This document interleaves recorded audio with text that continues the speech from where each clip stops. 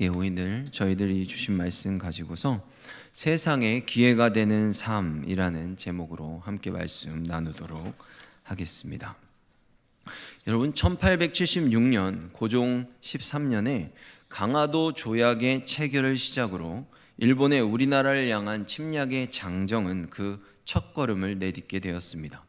그로부터 한일 의정서 성립과 을사조약 등의 사건들을 통해서 일본은 점점 더 심하게 우리나라의 내정을 간섭하기 시작했고, 마침내 1910년 8월 22일에 한일 합병 조약을 체결, 그래서 그것을 강행함으로써 일제 한국 식민지화를 완성하였습니다.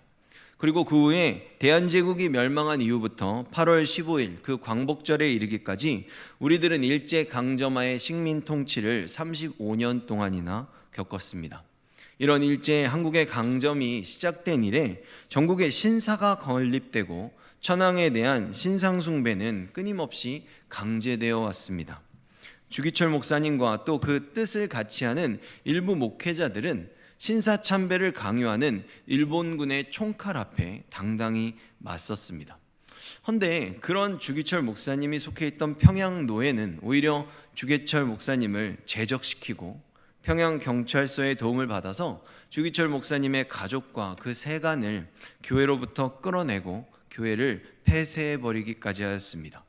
주기철 목사님은 1938년부터 모두 5차례 총 5년 4개월 동안의 투옥 생활을 했고, 옥중에서 상상도 할 수 없는 고문을 당하면서도 끝내 변심하지 않고 47세의 나이로 순교하였습니다.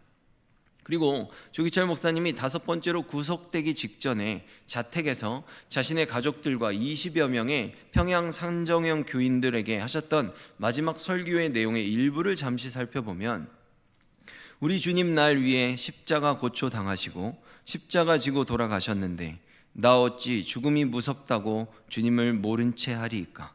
오직 일사각오가 있을 뿐입니다. 소나무는 죽기 전에 찍어야 시퍼렇고 백합화는 시들기 전에 떨어져야 향기롭습니다. 이 몸도 시들기 전에 주님 제단에 드려지기를 바랄 뿐입니다 라고 설교했다고 전합니다. 참으로 담대하고 위대한 고백이 아닐 수 없습니다. 고개가 절로 숙여집니다.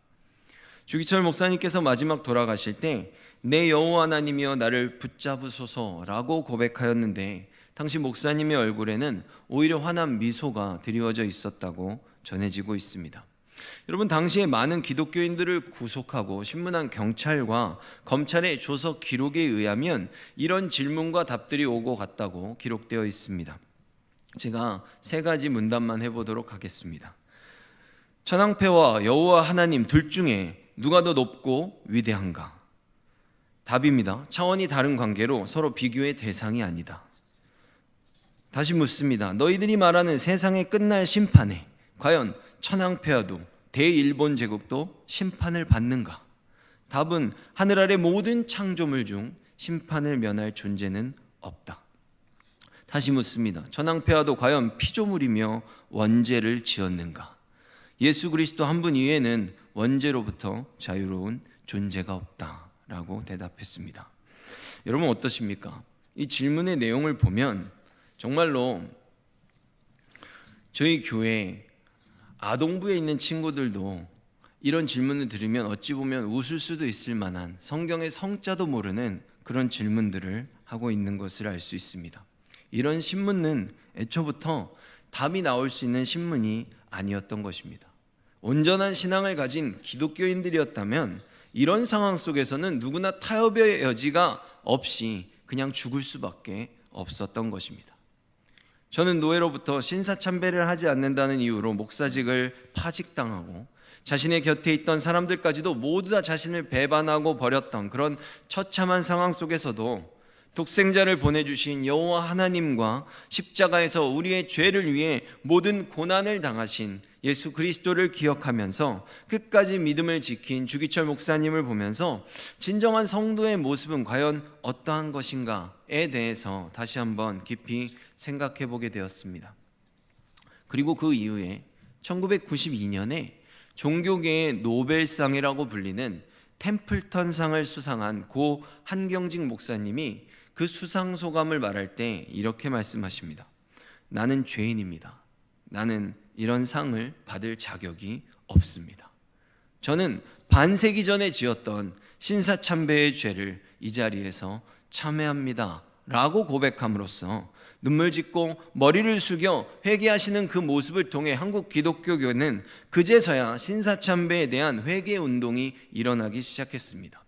여러분은 우리 기독교인들이 이 땅에서 어떠한 목적을 가지고 살아간다고 생각하십니까? 우리는 주님의 거룩한 도구입니다.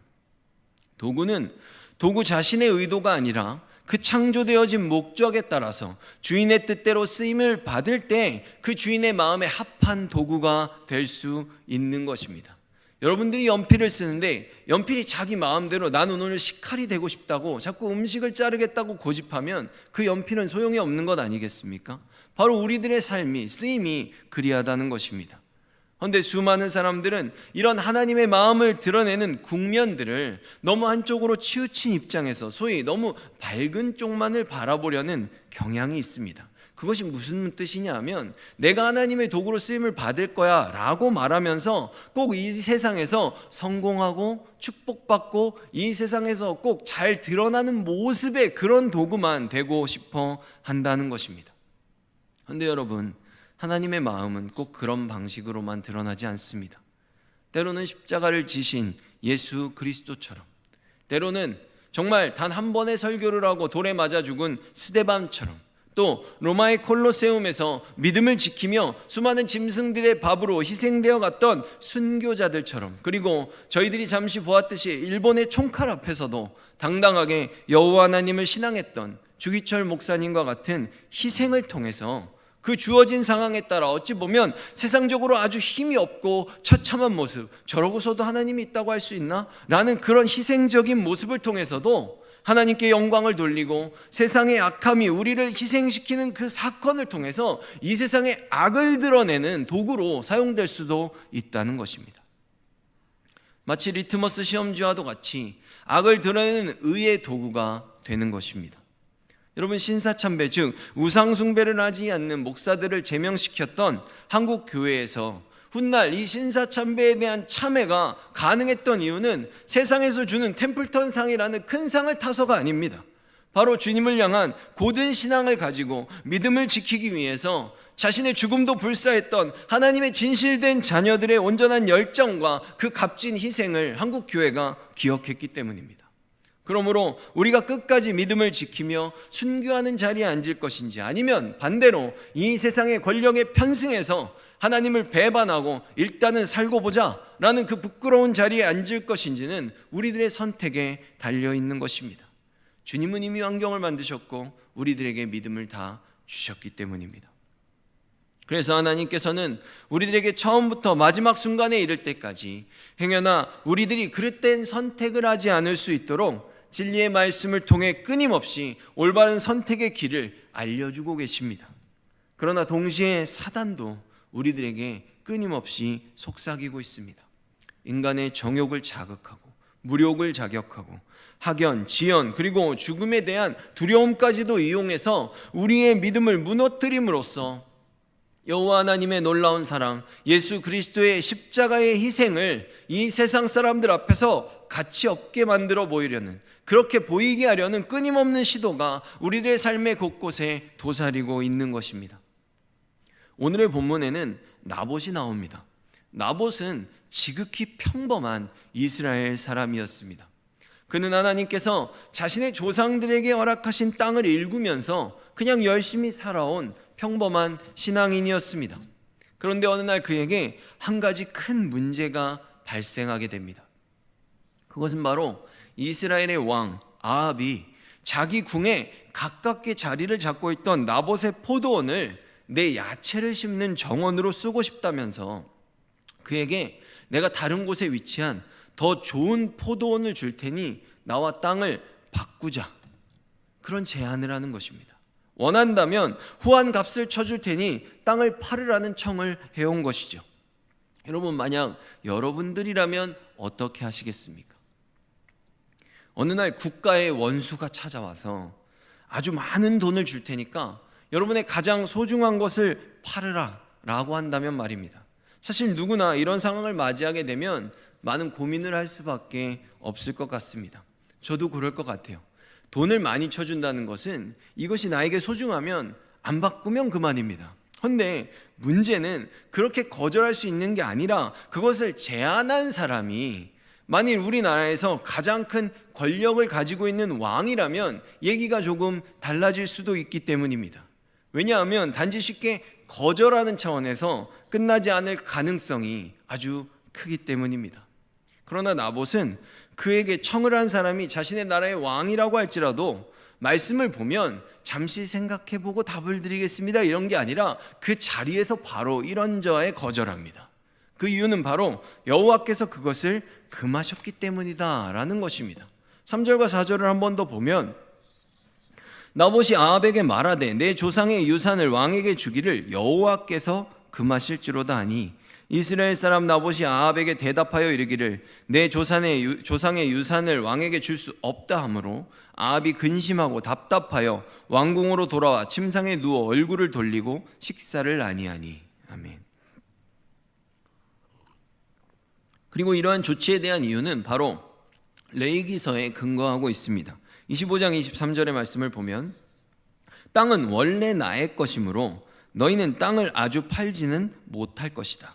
너희는 내 땅에서 잠시 동안 사는 외국인이요 나그네일 뿐이다. 아멘. 여러분, 이스라엘이 가나안 땅을 어느 정도 회복한 후에 하나님께서는 약속대로 그 기업을 각 지파들에게 나누어 주셨습니다. 그러면서 이런 말씀을 하신 것이죠. 토지는 다 내 것이고 너희들은 그 땅에서 잠시 동안 살고 있는 나그네라는 것입니다. 그러니 너희들은 잠시 지내니까 그곳에서 토지를 팔면 안 된다라고 명령하셨습니다. 그리고 이스라엘에는 50년마다 돌아오는 희년이라는 제도가 있었습니다. 이것이 뭐냐면 그래도 살다 보면 너무 힘든 일이 있어서 내 형제와 자매들이 너무 가난해서 그들을 도우려다가 내 기업의 일부를 어쩌다가 팔게 되는 경우가 생기게 되는 것이죠. 그래서 팔면 안 되는데 내가 형제를 사랑하고 그들의 생명을 살리려다 보니까 그것을 팔게 되는 경우가 혹시 생기더라도 희년이 되면 무조건 그 기업의 원래의 주인에게로 그 땅을 돌려줘야 하는 그런 제도였던 것입니다. 그러므로 하나님이 이런 희년의 제도를 만드시는 것 동안 저희들이 막 마음대로 살다가 마치 리셋 버튼을 한번 딱 누르면 처음으로 그냥 어떤 순간이든지 간에 상관없이 돌아가게 되는 것처럼 하나님께서는 바로 그들의 기업이 어떤 특정인들에게 영구적으로 소유될 수 없도록 그들이 영원히 그것이 하나님의 것이라는 것을 잊지 않을 수 있도록 이런 제도를 만들어서 알려주셨다는 것입니다. 동시에 너희들은 절대로 이 땅에 속한 자들이 아니라 이 땅을 소유할 수 없다는 것은 내가 그 땅에 영원히 귀속될 수 없다는 것을 의미하기 때문에 이 땅에 속한 자들이 아니라 너희들은 하늘에 속한 자들이다 라는 것을 그들의 삶을 통해 알며 살 수 있도록 또 하나의 방편으로 이것을 알려주셨다는 것이죠. 그러므로 저희들이 여기서 한 가지 확실하게 짚고 넘어가야만 할 것이 있는데 그것은 지금 나봇에게 너의 땅과 나의 땅을 거래하자라고 말하고 있는 아합 왕과 이것을 너의 땅과 나의 땅이 아니라 당신 땅이든 내 땅이든 그럴 것이 아니라 이것은 전부 다 하나님 땅입니다. 그렇기 때문에 거래 자체가 불가능합니다 라고 말하고 있는 나봇의 입장과 아합의 입장은 완전히 다른 입장을 취하고 있다는 것입니다. 아합은 그것이 내 것이라고 여기는 것이죠. 그러니까 내 마음대로 거래하려고 하는 것입니다. 나봇은 이 땅은 반대로 우리 조상들이 기업으로 받아서 내가 지금 경작을 하고 있지만 이것은 하나님의 것이기 때문에 나는 이것을 당신에게 줄 수 없습니다. 왜? 내 권한이 아니기 때문입니다 라고 말하고 있는 것이죠. 그렇다면 여러분, 과연 나봇이 이런 고백을 하고 있는 것이 시기적으로 언제쯤이었는지 한번 보기를 원합니다. 여호수아의 시대에 이스라엘이 가나안 땅에 입성해서 땅 분배를 마친 시기는 BC 1400년경으로 봅니다. 그리고 아합 왕이 왕으로서 활동을 했던 건 860년입니다. BC 860년. 그러면 나봇의 집안은 지금 하나님께 분배받은 이 기업을 약 540년 동안이나 지켜왔던 것입니다. 저희들이 여호수아 다음에 사사기, 룻기 이렇게 해서 쭉 갈 때 사사기나 이런 데만 봐도 이미 단지파만 해도 자기네 땅도 못 쳤습니다. 그런데 지금 이 나봇은 그 모든 시간을 다 지나서 540년 동안이나 이 땅을 지키며 살아왔다는 것입니다. 그러므로 이 기업을 아방에게 내주는 것은 결국 하나님을 두려워하지 않는 아방 같은 사람들에게는 아무것도 아니죠. 여러분, 하나님을 믿는 사람과 하나님을 믿지 않는 사람에게는 여러분들이 목숨을 걸고 교회에 가야 되는 거 그 사람들 아무것도 아닌 일인데 왜 저렇게 사소한 일에 목숨을 걸까라고 생각할 수밖에 없는 문제이기 때문입니다. 하지만 나봇에겐 달랐다는 것입니다. 성실하게 최선을 다해 조상들의 기업을 지키며 그것을 주신 하나님께 그것을 나의 사명으로 여기면서 살아가고 있던 나봇에게 있어서는 그 기업을 나의 육적인 이익, 때로는 나에게 지금 찾아온 어떤 세상적인 두려움으로 인해서 포기한다는 것 자체가 있을 수 없는 일인 것입니다. 사실 하나님 나라의 백성들인 이스라엘 왕은 오히려 이토록 썩을 대로 썩어서 하나님에 대한 두려움도 없이 자기 멋대로 행동하고 있음에도 불구하고 그 나라의 백성인 나봇은 이토록 오랜 시간 동안 조상 대대로 묵묵히 하나님의 사명을 감당해 오고 있다는 것입니다. 참으로 대조적인 모습이 아닐 수 없습니다. 이제 아방은 자신의 달콤한 제안을 이런저하에 거절한 그 나봇을 어찌할 도리가 없었습니다. 왜냐하면 아무리 왕이라고 할지라도 지금 자신이 이스라엘이라는 하나님이 택하신 민족의 왕이었기 때문에 무조건 하나님의 법을 어길 수 없었기 때문입니다. 다른 나라면 몰라도 하나님의 택함을 받고 세워진 이 이스라엘 땅에서 왕이 그렇게 함부로 다른 사람들이 다 보는 앞에서 억지로 빼앗을 수는 없었다는 것이죠. 게다가 지금은 혼자만의 일이 아니라 나봇이 지금 그렇게 강경하게 나가고 있는 일이기 때문에 정말 하나님이 말씀해 주셨던 그 명령을 그대로 말하면서 지금 고집을 피우고 있는 상황이기 때문에 믿음의 고집이죠. 그 상황이기 때문에 지금 어찌할 의도가 어떤 그 의도나 의향이 전혀 없었던 나봇을 어찌할 방도가 없었다는 것입니다. 그래서 그는 궁으로 돌아가 답답한 마음에 음식도 먹지 않고 이렇게 삐져가지고 돌아앉아가지고 그 근심만 하면서 침상에 누워서 그렇게 있었다고 말하고 있습니다. 여러분 어떻습니까? 이런 아방의 모습을 보면 참으로 철이 없다는 생각이 듭니다. 원하는 것이 안 돼가지고 이렇게 삐쳐가지고 밥도 굶고 침대에 돌아 누워가지고 일종의 투정만 부리고 있다니, 이런 것을 보면서 참으로 이스라엘 왕의 어떤 제목이라고 보기에는 그 그릇이 너무나 작다라는 생각이 들곤 합니다. 그런데 이때 그의 아내인 이세벨이 나타납니다. 그녀는 아합이 근심하는 이유를 듣고 나서 아합에게 그러고도 당신의 이스라엘의 왕이냐, 뭐 별것도 아닌 일을 가지고 그렇게 고심을 하느냐, 어서 일어나서 음식 먹고 기운을 차려라, 이렇게 말합니다. 여러분도 잘 아시다시피 이 이세벨은 페니키아 왕 엣바알의 딸로서 철저한 바알 숭배자였습니다.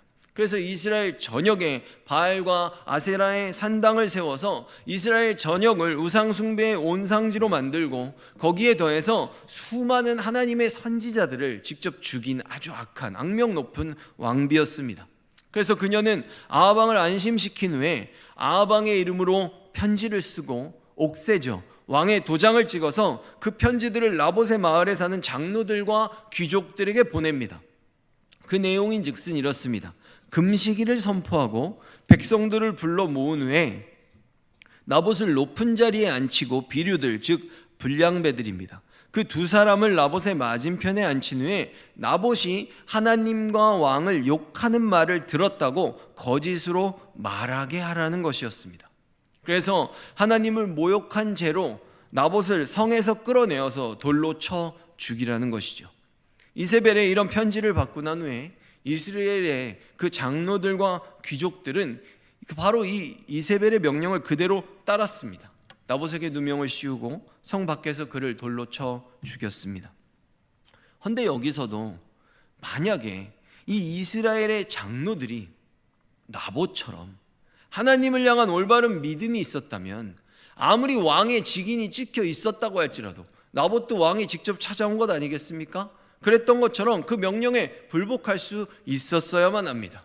그런 일이 없다는 사실이 확인됐다면 이들이 막을 수도 있었다는 것이죠.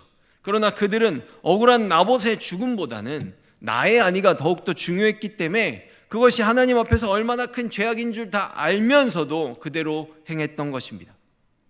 열왕기상 21장 19절의 말씀을 보면 제가 읽겠습니다. 너는 저에게 말하여 이르기를 여호와의 말씀이 내가 죽이고 또 빼앗느냐 하셨다 하고 또 저에게 이르기를 여호와의 말씀이 개들이 나봇의 피를 핥은 곳에서 개들이 내 피 곧 내 몸의 피도 핥으리라 하셨다 하라. 아멘. 나봇의 하나님을 향한 열정과 희생으로 인해서 하나님께서는 선지자 엘리야를 통해서 아합 왕을 찾아가 강하게 책망하십니다. 그리고 아합 왕은 처음에는 엘리야를 향해서 막 큰 소리를 쳐요. 도리어 하나님의 모든 경고를 그러나 다 들은 후에는 그가 옷을 찢고 굵은 배로 몸을 동이고 금식하고 그러면서 행보도 천천히 하면서 회개를 하게 됩니다. 물론 아합 왕은 곧바로 다시 범죄하고 엘리야의 예언대로 이 처참한 죽음을 맞이하게 됩니다. 그러나 이것이 너무나 중요한 것은 바로 이 나봇의 의로운 죽음을 통해서 이토록 악한 아합 왕조차도 이런 참회의 기회를 가질 수 있었다는 것은 하나님에게는 아주 큰 의미가 있습니다. 이들이 하나님 앞에 갔을 때 도저히 핑계댈 수 없는 그 악의 증거가 되기 때문입니다. 바로 우리는 이 세상의 악을 드러내는 도구로, 희생으로서 하나님의 도구로, 의의 도구로 쓰임을 받을 수도 있다는 것입니다. 내가 아무리 열심히 살고 내가 뭔가를 잘못한 것이 아님에도 불구하고 이 세상에서 고통을 당하고 때로는 이 세상에서 불이익을 당할 수도 있습니다. 왜? 하나님이 우리를 그들의 악을 드러내는 의의 도구로 사용하실 수 있기 때문입니다. 이 또한 주기철 목사님의 죽음도 불가했던 그 불사했던 위대한 신앙이 훗날 한국교회의 그 신사참배에 대한 회개의 운동을 일으킬 수 있었던 것처럼 바로 나봇의 믿음의 행위를 통해서 지금 아합의 악함이 더욱더 분명하게 드러나게 되었고 엘리야의 입을 통해서 말씀하신 하나님의 경고로 인해 그는 자신의 죄를 깨닫고 회개할 수 있었던 것입니다. 아주 잠시지만 말입니다. 여러분, 이것이 바로 성도들의 삶의 참된 모습이라는 것이죠. 온전한 하나님의 도구가 되어서 이 세상의 악함을 드러내고 우리들의 삶을 통해서 그들로 하여금 주님께로 돌이킬 수 있는 회개의 기회를 제공하는 그런 값진 인생 말입니다. 여러분, 오늘을 사는 여러분들은 어떠십니까? 혹시 여러분의 주변에 있는 사람들은 언제나 하나님 앞에서 진리의 말씀대로 살기 위해 최선을 다하는 여러분들의 담대한 믿음과 그 믿음의 모범이 되는 그 희생을 통해서 그래서 여러분들의 삶을 그 거울 삼아서 그들의 죄를 보고 돌이키는 역사가 일어나고 있습니까? 물론 우리를 더욱더 극심하게 반대할 수도 있습니다. 나봇처럼 죽임을 당할 수도 있습니다. 어찌 보면 이 나봇의 죽음은 예수 그리스도의 죽음과 굉장히 닮아 있습니다. 왜냐하면 그 거짓으로 예수님도 그 거짓 증인들을 세워서 정말 성 밖에서 예수님을 죽였기 때문이죠. 정말 그리스도를 닮은 죽음이 아닐 수 없습니다.